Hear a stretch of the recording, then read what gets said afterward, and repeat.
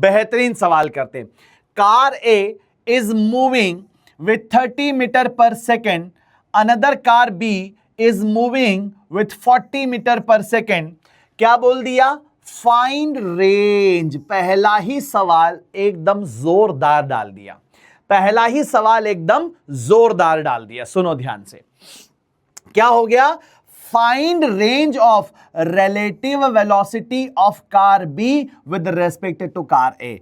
पूछ रहा है कि relative velocity of car B with respect to car A, यानी कि वी बी ए, इसकी जो मैग्नीट्यूड वैल्यू है उसकी रेंज क्या होगी, उसकी रेंज क्या होगी? बताओ जल्दी से।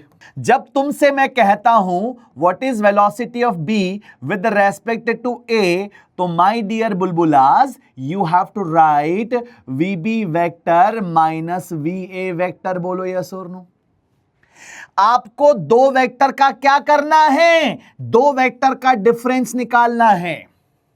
और जब तुम इसका मैग्नीट्यूड निकालोगे ना यारो, तो तुम भूल भाल गए रे सारी चीजें, तुम भूल गए रे वेक्टर की वो यादें। क्या पढ़ा था? वी बी का whole square plus V A का होल स्क्वायर माइनस यहां पर आएगा 2 times of V B V A और साथ में कॉस थीटा। सर ये थीटा की तो इंफॉर्मेशन ही कौन है अपने कन? सर ये थीटा की तो इंफॉर्मेशन ही कौन है अपने पास? वो इंफॉर्मेशन नहीं होने की वजह से आप ये कहेंगे कि सर ये जो मैग्नीट्यूड है ना वीबीए रिलेटिव वेलोसिटी, ये बड़ा या बराबर होगा इन दोनों के सम के। वो कितना हो जाएगा? 30 प्लस 40, जने की वो वैल्यू कितनी आएगी? 70 metre per second. This is the maximum value, this is the maximum value. बोलिए यस और नो। ने अगर ये दोनों के बीच में एंगल थीटा का वैल्यू 0 हो जाएगा ना, तो भाई मेरे सुनना बात को ध्यान से, ये वैल्यू क्या आ जाएगी? 30 माइनस 40 करना पड़ेगा या 40 माइनस 30, तो ये आंसर कितना आ जाएगा? ये आ जाएगा 10 मीटर पर सेकेंड। समझ गया? अरे बोल जल्दी से। यहां क्या लिखेगा? 40 माइनस 30, यानी कि इस वी बी ए का जो रेंज है ना बेटा, वो क्या आएगा? More than equal to 70, sorry less than equal to 70 या मोर देन इक्वल टू 10, ये रेंज बनेगी। तो मैं इसका थोड़ा सा विजुअल कराते हैं, देखो ठीक है। मान लो एक सवाल बनाते तुम सबके लिए, तुम्हारे मन की चाहत के लिए। कार ए की वेलोसिटी को राइट साइड लिख दूं और लिख दूं 30 मीटर पर सेकेंड, और कार बी की वेलोसिटी को भी राइट साइड लिख दूं, कार बी की वेलोसिटी को भी राइट साइड लिख दूं और लिख दूं 40 मीटर पर सेकेंड। क्या ये नजर आ रहा है सबको? बी भी राइट साइड एरो बना दिया, ए भी राइट साइड एरो बना दिया। अब जब तुमसे मैं पूछूंगा वी बी ए का वैल्यू, तो तुम बोलोगे 40 राइट साइड है इसलिए आई कैप माइनस फॉर्मूले का, फिर लिखोगे 30, ये भी राइट साइड है इसलिए आई कैप, 40 में से 30 माइनस होगा 10 आई कैप। बोल चमक रहा कि नहीं चमक रहा? बेहतरीन कॉन्सेप्ट है भाई ये, बेहतरीन। लेकिन अगर एक सवाल ये बना दूं कि एक वेलोसिटी वीए है और वो वीए कहां है? तेरी राइट साइड है 30 मीटर पर सेकेंड, और अगर मैं वीबी को लेफ्ट में कर दूं बेटा, वीबी को कहां पे कर दूं? लेफ्ट में कर दूं, तो वैल्यू कितनी हो जाएगी? वी बी का वैल्यू हो जाएगा 40 मीटर पर सेकेंड लेफ्ट में। अब जब तुम यहां पर लिखोगे वी बी ए, तो फॉर्मूला क्या है? फॉर्मूला है V B vector minus V A vector. V B vector मतलब वी बी कहां है? वी बी है 40 लेफ्ट में, तो यहां क्या लिखेगा? यहां लिखेगा माइनस का 40 आई, फिर ये माइनस फॉर्मूले का, यहां का फॉर्मूला, और 30 को क्या लिखेगा? 30 को लिखेगा 30 का आई, क्योंकि 30 राइट साइड है। यहां से जब तूने देखा माइनस का 40 आई माइनस का 30 आई, आंसर क्या आ जाएगा? माइनस का 70 आई। माइनस 70 आई मतलब डायरेक्शन इधर होगी, लेकिन मैग्नीट्यूड तो 70 होगा ना। तो बेटा जी जब तक ये एरो नहीं बताऊंगा, मतलब ये एंगल नहीं पता चलेगा, और एंगल नहीं पता चलेगा तो कुछ भी आंसर पॉसिबल हो सकता है। बताओ सीखे कि नहीं सीखे? अब चमका कि नहीं चमका? तो ऐसे उठा के मतलब अंधेरे में तीर चला दोगे यार क्या हैं? ऐसे ही मतलब उलझुलूर आंसर मार दोगे क्या? नहीं ना। ये यही सवाल, इसी सवाल को देख जरा, सेम सवाल को देखना, फील करना आप सेम सवाल को। ये भी तो हो सकता था यार कि जो कार बी है तेरी वो राइट में जा रही है, कार बी है वो तेरी राइट में जा रही है 40 मीटर पर सेकंड से, लेकिन जो कार ए है तेरी वो ऊपर जा रही हो 30 मीटर पर सेकंड से, और ए की वेलोसिटी तुझे ऊपर गिवन है। अब अगर तुझे कोई पूछेगा कि बता VBA का वैल्यू क्या होगा, अरे तो यार इसका जब तुझसे कोई मैग्नीट्यूड पूछेगा, इसका जब तुझसे कोई मैग्नीट्यूड पूछेगा तो पता है तू क्या बोलेगा? तू बोलेगा भैया अभी निकाल देता हूं।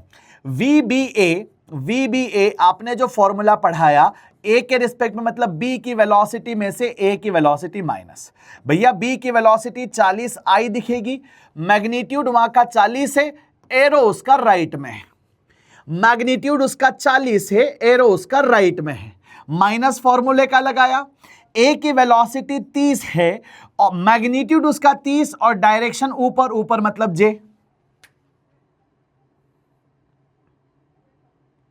तो क्या आंसर आ गया? Velocity of B with respect to A vector form में 40I माइनस 30J। बोल चमका कि नहीं चमका?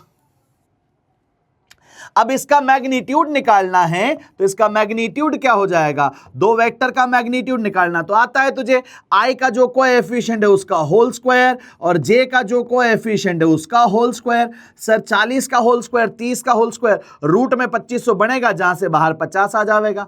आ गया ना 10 और 70 के बीच में, आ गया ना 10 और 70 के बीच में। अरे तो तूने किस लेवल पर सीख रहा है, तो ये तो देख यार, तो ये तो देख। रिलेटिव वेलोसिटी की क्लासेस में बस लोग केवल इतना सिखा के चले जाते हैं कि एक वेलोसिटी राइट में जा रही, एक लेफ्ट में जा रही, बताओ रिलेटिव वैल्यू क्या आएगी?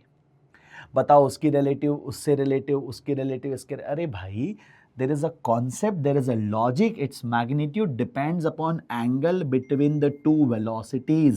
इन दोनों के बीच में क्या एंगल है उस पर ये थीटा डिपेंड करता है, और इस थीटा पर इसका मैग्नीट्यूड डिपेंड करता है। It has a range from their difference to their addition, right?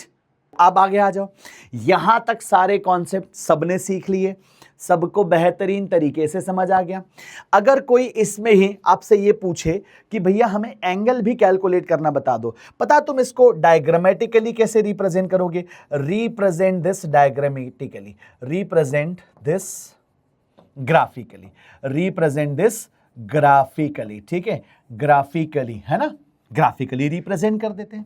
अरे भाई VBA के आगे क्या लिखा है? प्लस का 40, मतलब यहां पे हो जाएगा ये प्लस का 40 का एरो, और फिर क्या लिखा है? माइनस 30 जे, मतलब जे होता है नीचे, माइनस जे होता है नीचे, तो यहां पर ये 30 दिखेगा।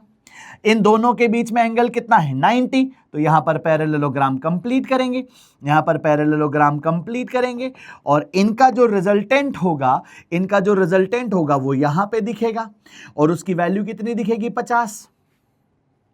हॉरिजॉन्टल से कितने एंगल पे? तो सर मान लो ये एंगल अल्फा है, और ये अल्फा कैसे निकलेगा? ये अल्फा निकलेगा ऐसे, tan alpha is equal to perpendicular which is equal to 30 divided by base which is equal to 40। तो ये हो जाएगा sir 30 divided by 40, that comes out to be 3/4, और अल्फा 3/4, tan अल्फा 3/4 कब होता है? 37 डिग्री पर। तो इसको चाहे तो ये जो आंसर आपने लिखा, या तो ऐसे लिखो, या डायग्राम में ऐसे लिखो, या फिर तुम इसको ऐसे लिखो कि VBA is equal to 50 metre per second at -37 degree with X axis. बोले सर ये -37 क्यों?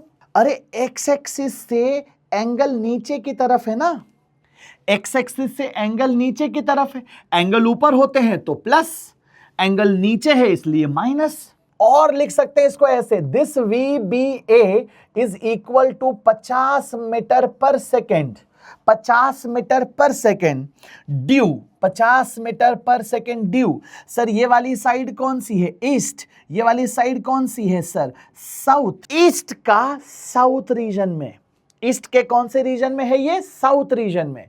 तो यहां पे ये लिखा जा सकता है 50 metre per second due 37 degree south of east. बुलबुलो तुम्हारे दिमाग के सारे तार झंझोर दिए हैं। बताओ एक सवाल कितना कुछ सिखा रहा है, राइट? मजा आया कि नहीं? हर एक चीज क्लियर है। Either you can write in this form, or you can get the magnitude, or you can represent graphically, or you can write with the angle value, or you can write with the आपका जो है access value, right?